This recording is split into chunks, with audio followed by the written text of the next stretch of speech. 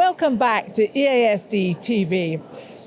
Now, one of the things that is so important at EASD is career development. So we thought that we'd bring together three people at completely different stages in their careers with different experiences to help us understand and help others on their road in their career. So, would you introduce yourselves? And Chantal, let's start with you. She is, of course, fresh from her huge success as a presidential address, but tell us a bit about your career journey.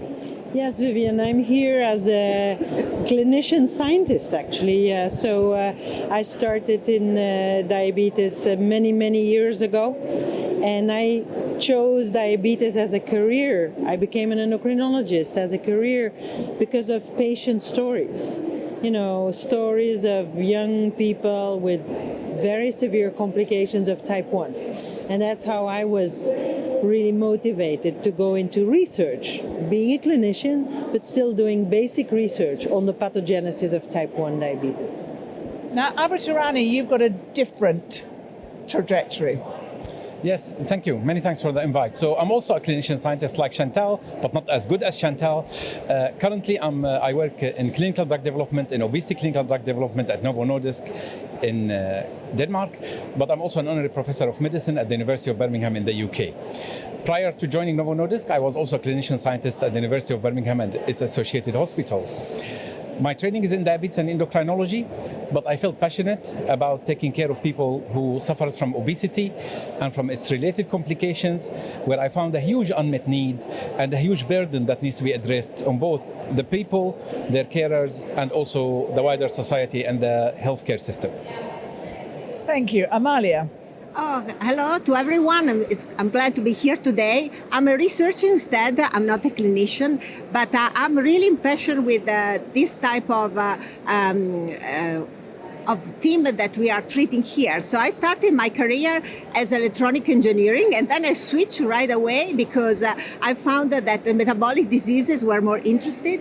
And so after doing a PhD in the US, where I really had the opportunity to go to the Graduate School of Biomedical Sciences, I started learning about the metabolic diseases. And this is how I got involved in the research about diabetes, obesity, and then lately with actually the metabolically dysfunction associated steatotic liver disease, that is the new nomenclature for fatty liver disease.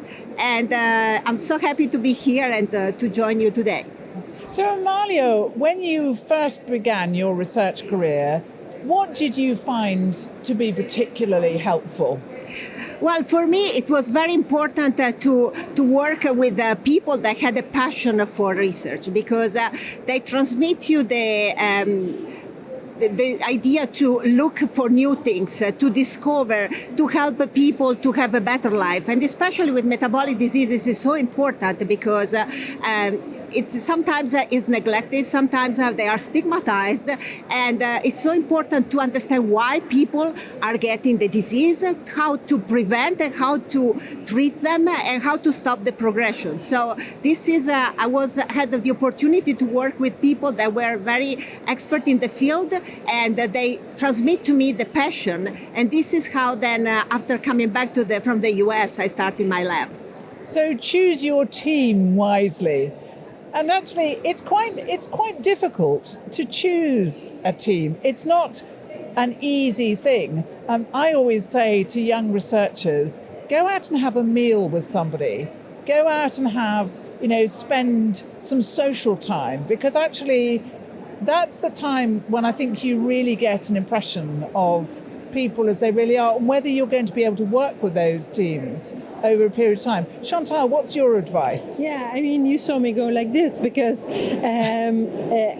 what I think when you're at a very early stage of your career is finding good mentors. Yes, that's hugely important. And you don't go out for dinner with a mentor in the beginning. No. They're most of the time your boss or just next to your boss. But finding people who can advise you, not only on the specific science or topic you're studying, but also on career choices, on life choices. And so to me, that is the most important advice I can give to people. Look for good mentors. And then, of course, indeed, have fun and be curious in everything you do. I mean, there will be good days in research and in clinic, and there will be bad days, but stay curious. And every negative result opens the challenge to go on and to go further and further. So don't let yourself be influenced negatively by a negative result. I mean, failure is part of success. Absolutely. And I mean, acknowledge failure. And we are living now in a very fast society. Everything needs to go very fast. But to do good research and also to do good clinic, you need sometimes to pace yourself and to take time to reflect, to be bored, because it's only when you're bored that you get the best ideas, but also to sit down and talk to patients and learn from the patients and listen to their stories. And that is what is needed. So even in this fast-paced society, take time, pace yourself. That to me is also an important message. Abo, what about you? Were mentors important to you? 100%. I think having the right mentor, having the right supervisor, which is usually different from the mentor to me, and also having the right place where to do your first step into the world of research and academia are extremely important. They will completely determine your career trajectory.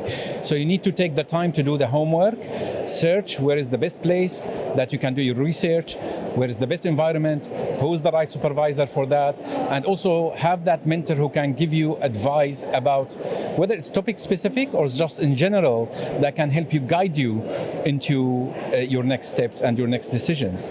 Also, I think it's hugely important to remain curious and give yourself the time and the space to reflect and digest and hypothesize. My curiosity took me from being a clinician at one stage to clinician scientist at the second stage, and now I'm working in industry. And without having that curiosity to explore the opportunities, you probably will stay in the same place for a long time. So, Amalia, one of the big step-ups in your career as a researcher is when you start to develop a team around yourself. How difficult is that? Well, the difficulties is to find the people that want to stay in research and they are passionate for research. I think everybody has an opportunity, but not everyone wants to take the opportunity or wants to suffer for. Because at the beginning, for sure, you need to learn, you need to study, and. But the good environment is also the one that transmits, and so you don't have to study everything from scratch, but you can have, learn from the rest of your team or the rest of a group, and the people that make a group are the best one because they learn from each other. The people that are lonely in the group are the ones that are more difficult because, of course, you cannot do everything by yourself. So it's difficult to find the people that want to stay, but I think the one that are really committed to, I think the one that will really succeed. So a very good research leader I know always says to me that you need to recruit people who are cleverer than you are. And you need to recruit people who, from the very moment that they come into your team, you are going to push them out of the nest to go somewhere else. Because that's part of leadership, is developing others.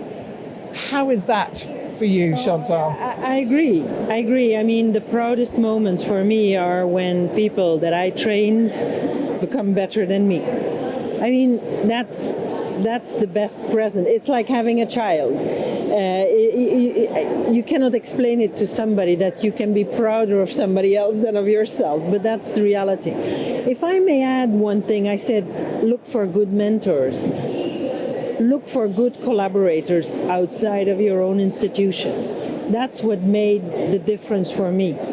Collaborating with people in other universities, Danny Pipeleers, Decio Iziric, were men who helped me really step out of the world of my own institution, become part of European projects, of American projects. That to me is so important, because you cannot do research as a single investigator anymore, even with a little team around you. It's all about collaboration. And actually, Chantal, all around us now at EASD, Absolutely. you see at every table where there's a cup of coffee being drunk, there is a new collaboration Absolutely. starting. And actually, that's advice I would give to early career academics, is try and get to EASD if you can, in person, because it makes such a difference to meet people in person and to have that exchange of ideas. And if possible, wriggle yourself into a network. Get to know people so that they take you as partners in big grant applications. I mean, that's really that's the trampoline to get to the next level. Make sure you are in networks, have good collaborators, because they will push you forward. Let me introduce something that's not so happy. We talk a lot about research culture now, about long hours, difficulties and pressure of a research culture at the moment. How do you cope when things are really not going well? What's your advice? What would you say, Abo? So there is no doubt, being a researcher, and even if you're a clinician researcher, so you've got both sides to take care of, clinical and research, there will be a lot of competing interests, and there is a lot of competing tasks that needs to be achieved.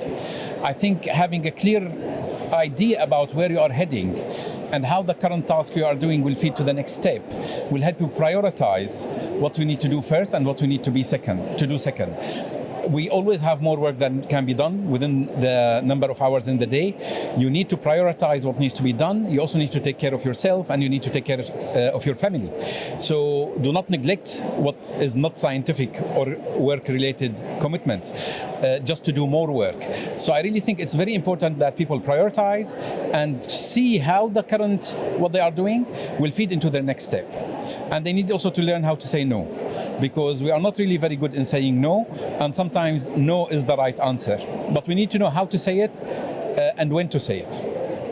Do you agree? Of course, I think this is very important, and these are difficult times for funding and so on, but those things are changing so fast, and we need to keep up with technologies, with a new way to look at research. Now we talk about artificial intelligence, all these kind of things. Important to be not to stay behind, always to go to the same speed as the other one, and maybe try to look not at tomorrow, but 1 month, 1 year from now, and see what will be interesting and what the people could do. I mean, could be interested to.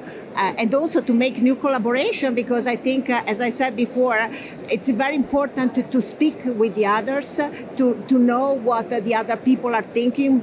Occasion like the EASDs are very important to communicate and see with the others what is important and what the other people are thinking. Looking after yourself and looking after your team is a key message. First of all, be happy. Be happy, and also happiness is very diverse. First of all, family, friends, nurture that. I mean, they're your fallback position. But also realize that there's many different profiles that contribute to the eventual solution of diabetes. I mean, an academic researcher is not superior to a clinical researcher. A person in academia is not superior to somebody in private practice. Industry is not superior to blah, blah. So find your way and don't be frustrated. There's many different roads to happiness. And also, we need everybody to contribute their little brick to the path to finding, the solution to diabetes. And everybody contributes. And it's not because you're not the biggest academic professor that as a person or as a clinician or as a scientist, you're not valuable. Everybody contributes. And I always tell everybody, first, be happy. That's the bottom line. You can cry, you can shout, you can be unhappy for a short while, but then you go home and life starts. So be happy is the most important thing. I think that's an excellent place on which to end this interview with you all. You've given really some terrific advice. We've got to leave Chantal now to get back to her presidential duties, but there was some really excellent bits of advice in this discussion. So if you are in your research career, starting your research career, or even kind of halfway through, there's something here for everyone. We'll be back soon. Bye for now.